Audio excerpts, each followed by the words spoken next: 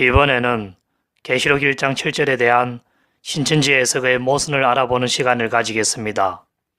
계시록 1장 7절에 그를 찌른 자들도 구름 타고 재림하시는 예수님을 볼 것이요 라고 나와 있습니다. 그 찌른 자들에 대한 신천지의 주장은 이러합니다. 예수님이 재림하였을 때, 즉 예수님이 영으로 이만희 씨에게 재림하였을 때, 영으로 재림한 예수님이 함께하는 이만희 씨를 보고 이단으로 몰아 공격하는 자들이 그를 찌른 자들이라고, 즉 재림 예수님을 공격하고 찌른 자들이라고 주장합니다.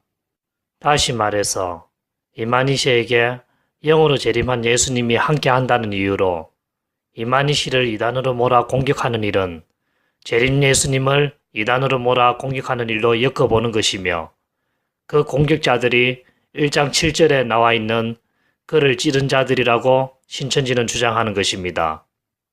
신천지가 이런 주장을 하게 된 이유는 초림 때 예수님이 이단으로 몰려 공격을 받고 핍박을 받았듯이 예수님이 재림한 때에도 재림한 예수님을 이단으로 몰아 공격하고 핍박하는 존재가 나타나고 그런 일들이 벌어진다고 보는 관점에서 비롯된 것입니다.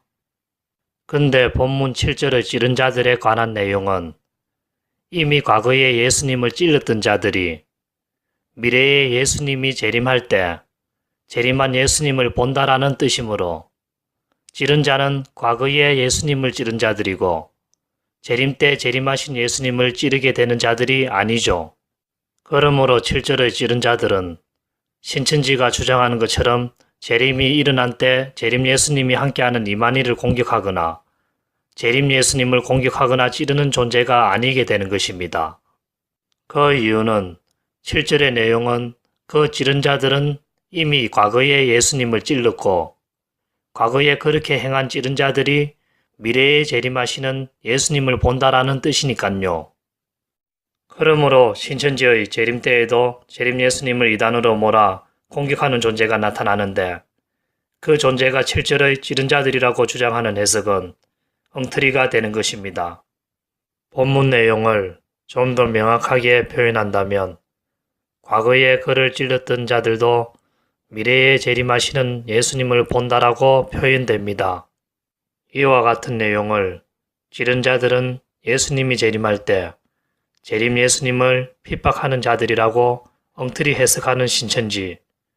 역시 신천지는 성경 해석 이전에 국어 공부가 문제입니다. 하여튼 계시록 1장 7절의 문장에서 알려주고 있는 미래에 일어날 예언의 내용은 과거에 예수님을 찔렀던 자들이 훗날 미래에 예수님이 재림하였을 때 그때 그들이 재림하신 예수님을 보게 되는 일을 당하게 된다라는 일이 미래에 일어난다라는 것을 알려주고 있는 내용임을 기억하시고, 신천지의 주장처럼 훗날 미래에 예수님이 재림하였을 때 그때에 재림한 예수님을 핍박하거나 찌르는 자들이 나타난다라는 예언의 내용이 아님을 기억하시면 됩니다. 다음은 재림 예수님은 과연 신천지의 주장처럼 와서도 왔는지 알 수 없는 모습인 시각적으로 보이지 않는 영의 모습으로 재림하여 오시는가? 아니면 실제 모든 세상 사람들이 한꺼번에 똑똑히 볼 수 있는 엄청난 충격적인 영광으로 오시는가? 그것에 대하여 살펴보는 시간을 가지겠습니다. 일단 계시록 1장 7절의 정확한 내용을 따져 그 해답을 살펴보겠습니다.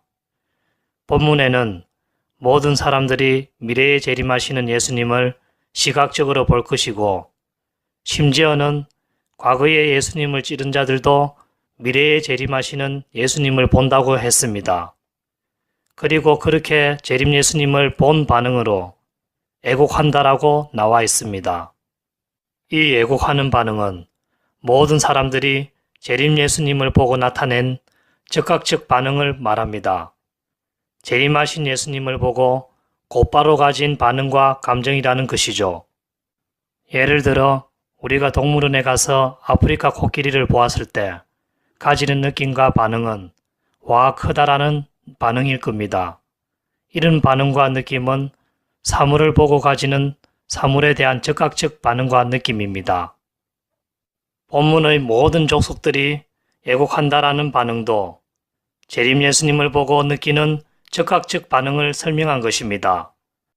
하여튼 애곡한다라는 것은 재림 예수님을 보고 곧바로 즉각적으로 가지는 반응과 감정을 설명하는 것임을 유념하시면 되겠습니다.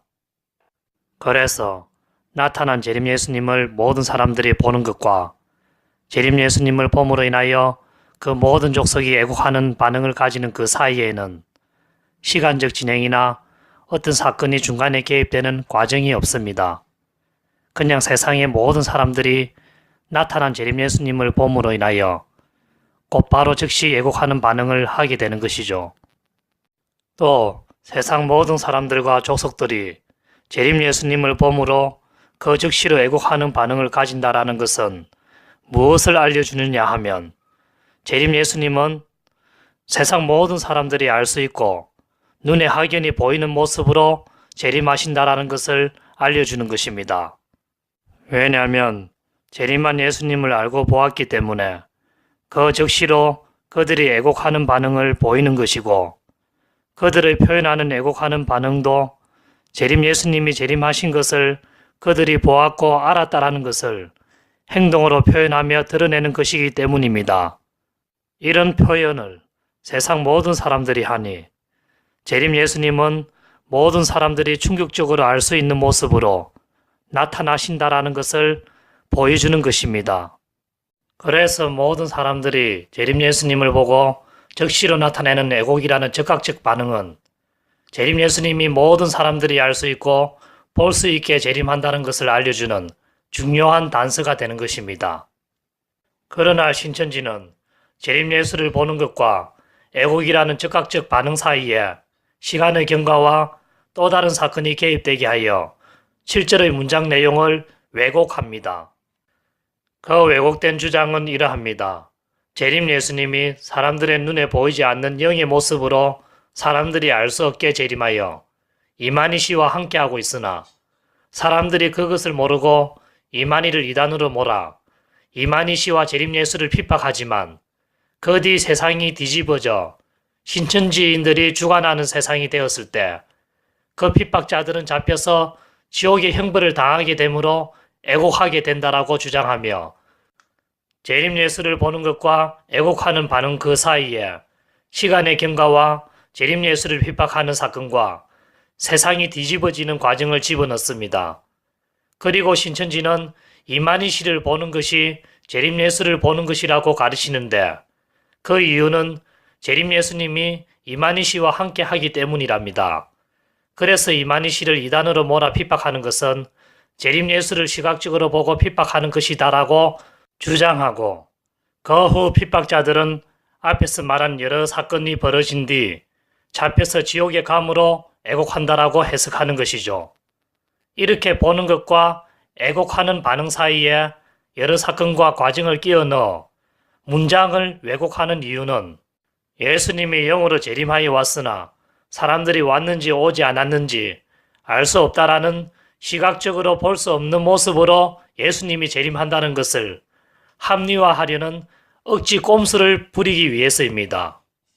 그러나 이 모든 신천지의 주장이 엉터리가 되는 것은 본문의 내용은 세상 모든 사람들이 시각적으로 재림 예수님이 오셨다라는 것을 확실히 보고 확실히 알게 되므로 그 즉시로 그 보는 것에 대한 애곡하는 반응을 보인다라는 내용이기 때문이며 또 본문의 재림 예수를 시각적으로 본다라고 하는 뜻도 신천지의 주장처럼 이만이라는 한 단계에 걸쳐서 간접적으로 재림 예수를 본다라는 것이 아니라 재림 예수를 바로 다이렉트로 사람들이 직접적으로 본다라는 내용이기 때문입니다.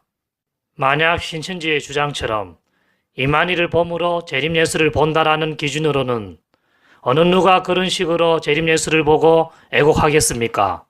그러나 본문에서는 재림 예수를 보는 반응으로 즉시 애곡하니 사람들이 재림 예수를 다이렉트로 곧바로 보았다라는 것을 나타내는 것이죠.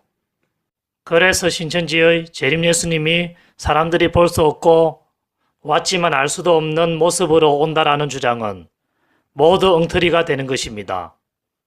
다음은 1장 7절 본문에서 왜 과거에 예수님을 찌른 자들도 미래에 나타나시는 재림 예수를 본다고 말했는지 그 이유를 말씀드리겠습니다.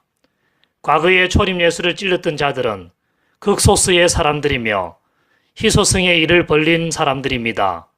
이런 사람들마저도 미래에 나타나는 재림 예수를 본다라고 말한 이유는 재림하시는 예수는 이런 극소수의 희소성의 일을 벌린 사람마저도 볼 수 있고 알 수 있는 그야말로 모든 세상 사람들이 다 보고 알 수 있는 대사건임을 드러내기 위해서입니다. 예를 들어 문명과 단절된 엄청난 총구석의 극소수의 밀림의 원시인들도 다 알게 될 만큼 온 지구상 사람들이 다 보고 알게 되는 대사건이라는 뜻을 나타내는 것처럼요. 그래서 신천지의 재림 예수는 보이지 않고 알지 못하는 모습으로 온다라는 주장은 더더욱 엉터리가 됩니다.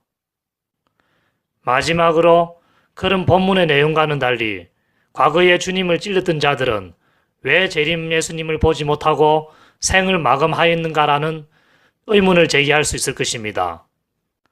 계시록 1장 1절부터 속길될 일과 또 3절의 가깝게 도래하는 그때라는 시간에 나타나는 일은 모두 7절의 구름 타고 재림하시는 예수님의 사건이라는 동일한 사건을 지목하고 있습니다.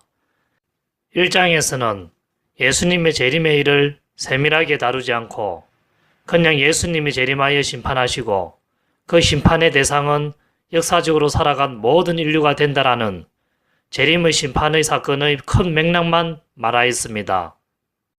계시록에서 세밀하게 다루는 재림의 사건은 두 가지로 일곱머리 짐승과 거짓 선지자를 심판하러 하늘의 군대를 이끌고 백마 타고 재림하시는 예수님의 이야기와 그 후 천년왕국 뒤 모든 시대를 살아간 모든 사람들을 부활시켜 심판하는 백보자 심판으로 다루고 있습니다. 어쨌든 과거에 예수님을 찌른 자들도 백보자 심판 때에는 다시 살아나서 주님 앞에서 심판을 당한다라는 것은 사실입니다. 1장에서는 이런 두 심판의 사건을 예수님이 재림으로 심판하신다라는 하나의 큰 맥락으로 엮어서 하나의 관점으로 표현하였을 뿐이고 그 심판받는 무리 중에는 과거에 찌른 자들도 해당한다라는 것을 알려주었을 뿐입니다. 그래서 아직 재림의 심판을 보지 못하고 이미 생을 마감한 과거의 예수님을 찌른 자들도 재림하시는 예수님을 본다라는 것은 사실이기 때문에 찌른 자들도 본다라는 그런 표현을 해도 무리가 없습니다.